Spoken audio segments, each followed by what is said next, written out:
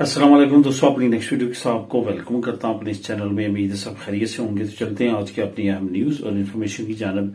सबसे पहले दोस्तों बात करेंगे कि ताज़ा तरीन स्पेन वीजा की सूरत हाल और जल्दी वीजा लगवाने का फार्मूला कौन सा है, इस पे बात करेंगे।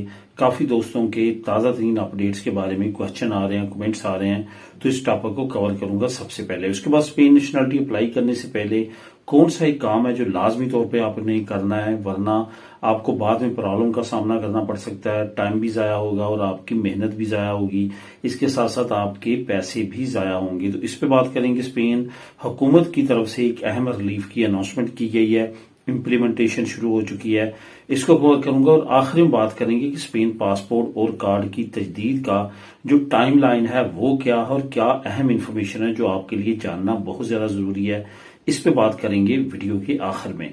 तो दोस्तों आज आप लोगों के साथ जो मैं लिंक लेके आया हूं वो आपको बताता चलूं कि कौन कौन से लिंक हैं जो आप लोगों के साथ शेयर करूंगा।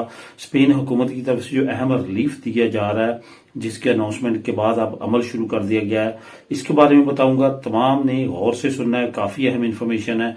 उसके बाद स्पेन पासपोर्ट और कार्ड की जो तजदीद है, इसके बारे में कुछ अहम मालूमात जो हर एक को जानना जरूरी है, इस पे बात करेंगे। और इसका लिंक भी आपको लिंक नंबर 2 जो है वो मिलेगा। ये दोनों लिंक्स आप खुद भी क्लिक करके रीड कर सकेंगे। इसके साथ साथ तमाम दोस्तों से गुजारिश है जो इस चैनल पे नए हैं या वो जिन्होंने अभी तक इस चैनल को सब्सक्राइब नहीं किया, लाजमी तौर पर चैनल को सब्सक्राइब करें ताकि मजीद ऐसी वीडियो आप तक बर वक्त पहुंच सकें। तो बात करते हैं ताजा तरीन स्पेन वीजा सूरत हाल और जल्दी वीजा लगवाने का फार्मूला कौन सा है। होता क्या है, जैसे स्पेन से डॉक्यूमेंट हमारे वहां पे पहुंचते हैं तो हम जो है वो बहुत ज्यादा जल्दबाजी में कुछ ऐसी गलतियां करते हैं जिसका खमियाजा बाद में साल 2 साल 3 साल बाद भुगतना पड़ता है। और बाद खमियाजे ऐसे होते हैं जो आपको इससे डबल टाइम की तरफ लेके जाते हैं, क्योंकि अगर खुदा न खास्ता आपका रिफ्यूजल आ जाता है तो दोबारा से तमाम चीजों को करेक्ट करना, दोबारा से तैयार करना, आपका टाइम भी जाया होगा, पैसे भी जाया होते हैं और इसके साथ साथ आपको परेशानी भी उठाना पड़ती है। इस वजह से एक तो फार्मूला आपको बताऊंगा आपने करना क्या है। ये इस वजह से मैं कह रहा हूं कि जो एक्सपीरियंस है मुख्तलिफ फैमिलीज का और तमाम चीजों का वो आप लोगों के साथ मैं शेयर करूंगा ताकि आप उन एक्सपीरियंस से सबक हासिल करें और उससे बचें। जहां तक बात है कि ताजा तरीन सूरत हाल क्या, सबसे ज्यादा जो आने वाला कमेंट है वो है डीएनए टेस्ट के बाद कितना टाइम लगता है। ये आप याद रखेंगे, जब आपका जो सरबरा है जो यहाँ पे स्पेन में आपको बुला रहा है, आपका वहां पे पाकिस्तान में डीएनए हो जाता है, उसके बाद यहाँ पे उसका डीएनए होता है, तो यहाँ पे अप्रोक्सीमेटली 6 हफ्ते के बाद आप जहन में रखें कि यहाँ पे उसको आंसर मिल रहा है जो अप्रोक्सीमेटली मिल रहा है। ये टाइम ऊपर नीचे रश की वजह से हो सकता है। सबसे ज्यादा जरूरी बात तो यह है कि जब आपका सब कुछ ठीक है, सब ओके है, तो अगर देर सवेर हो जाती है तो उसका मतलब ये ना निकाला करें कि खुदा ना खास्ता आपकी फाइल रिजेक्ट हो जाएगी या उसमें कोई मसला होगा, बल्कि इसके उल्ट सिस्टम जाता है। अगर आपकी इब्तदाई मरहले में फाइल चेक में कोई गलती नहीं निकलती तो फिर वो आगे फाइल फॉरवर्ड होती है, तो जाहिर है फिर टाइम ज्यादा लग रहा है, तो इट्स मीन कि आपकी फाइल ओके प्रोसेस पे जा रही है। ऐसा नहीं है कि आपको कोई मसला है इस वजह से ज्यादा टाइम लग रहा है। बाकी जहां तक बात है कि टाइमलाइन क्या लग रहा है, ये याद रखें कि जिनकी सिर्फ और सिर्फ एक मेंबर है, सिर्फ अपनी वाइफ को बुलवाना चाहते हैं, उनका जो अप्रोक्सीमेटली टाइम है वो 1 साल से कम अरसे में उनका वीजा लग के जो उनकी फैमिली है वो स्पेन चली जाती है। उसमें 8 महीने भी हो सकते हैं, 9 महीने भी हो सकते हैं, 10 महीने भी हो सकते हैं, और कुछ लोगों की फैमिली 6-6 महीनों में भी ये तमाम प्रोसेस हुआ है और कुछ का 1 साल में भी हुआ है। ये काफी वामल है जो इस पे अफेक्ट करते हैं, जिसमें एम्बेसी में रश होना, इसके साथ साथ उनकी फाइल जो है वो बिल्कुल करेक्ट होना, उसमें कोई ऐसी चीज ना होना जिसमें उनको दोबारा से रुजू करके चीज मंगवाई जाए। तो इस तरह की तमाम चीजें हैं जो जिसकी वजह से टाइमलाइन पे असर पड़ता है। तो इस वजह से इन तमाम चीजों को मद्देनजर रखते हुए जो अप्रोक्सीमेटली टाइम है वो मैं आपको बता रहा हूं। जहां तक बात है बच्चों की या फैमिली के दूसरे मेंबरान की, ज्यादा जो बड़ी फैमिलीज होती हैं तो वो अपने जहन में ये बात रखें कि 1.5 साल से 2 साल का अरसा उनको लग सकता है। 2 साल में मैक्सिमम कह रहा हूं, ज्यादातर जो फैमिलीज है उनका 1.5 साल में वीजा आज भी लग रहा है। अब यहां पे मैंने कुछ कमेंट पढ़े हैं अगस्त में कि अगस्त में जो हमने फाइल जमा करवाई थी तो अभी तक हमारा कोई रिस्पॉन्स नहीं आया। तो ये याद रखें कि अगस्त के बाद, अगस्त में अगर आपने फाइल जमा करवाई थी तो जो पहला रिस्पॉन्स एम्बेसी की तरफ से आता है वो 6 से 8 महीनों में आता है। तो ये आपने जहन में रखना है। इस वजह से तकरीबन अगस्त में जिन्होंने फाइलें जमा करवाई हैं उनका रिस्पॉन्स आने वाला है। उनसे तमाम चीजें अगर करेक्ट है तो उनसे जो है वो जो जरूरी प्रोसेस है वो स्टार्ट किया वो कर सकते हैं किसी भी वक्त। इस वजह से वो जहनी तौर पर तैयार रहेंगे।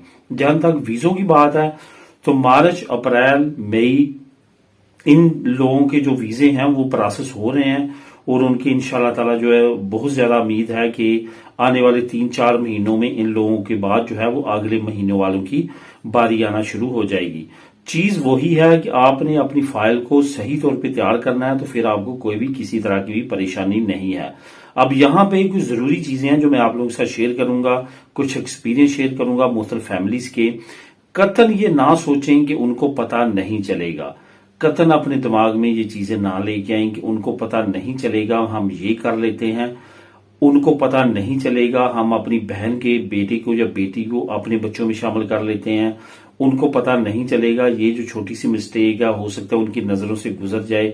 ये जो आपकी फाइल है ये 10 ऑफिसों में, दफ्तर में, डिपार्टमेंट्स में इनका इंदराज होना है। आपकी डेट ऑफ बर्थ, आपके नाम, आपकी तमाम चीजें जो है उन्होंने मैच करनी है। इस वजह से कोई भी किसी तरह का भी रिस्क ना ले।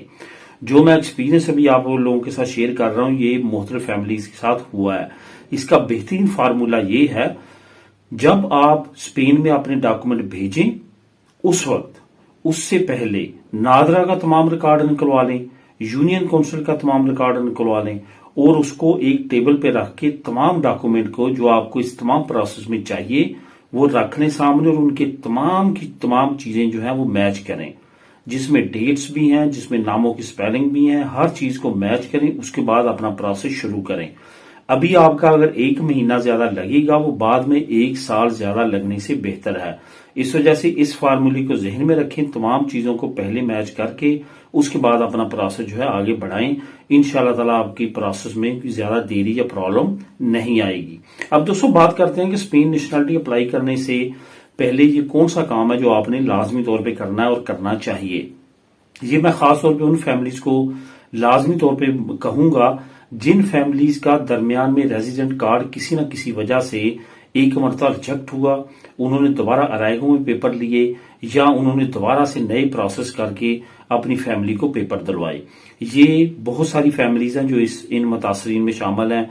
जैसे उन्होंने डॉक्यूमेंट रिन्यू करवाने थे, घर वो नहीं रहा, घर की वजह से डॉक्यूमेंट जो है उनका रेजिडेंट कार्ड जो है वो रिजेक्ट हुआ या रिफ्यूज हुआ और दोबारा से उन्होंने तमाम प्रोसेस किया।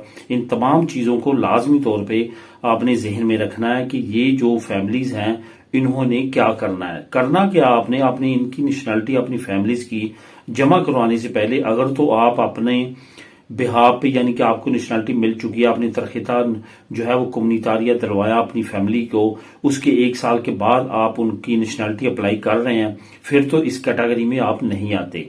लेकिन अगर उनके टाइम की बेस पे आप उनकी नेशनलिटी जमा करवा रहे हैं यानी कि उनके भी यहाँ पे 10 साल हो चुके हैं, तो फिर लाजमी तौर पे हिस्टोरिको दी रेजिडेंसिया पुलिसिया नेशनल के पास जाके लाजमी तौर पे निकलवाएं।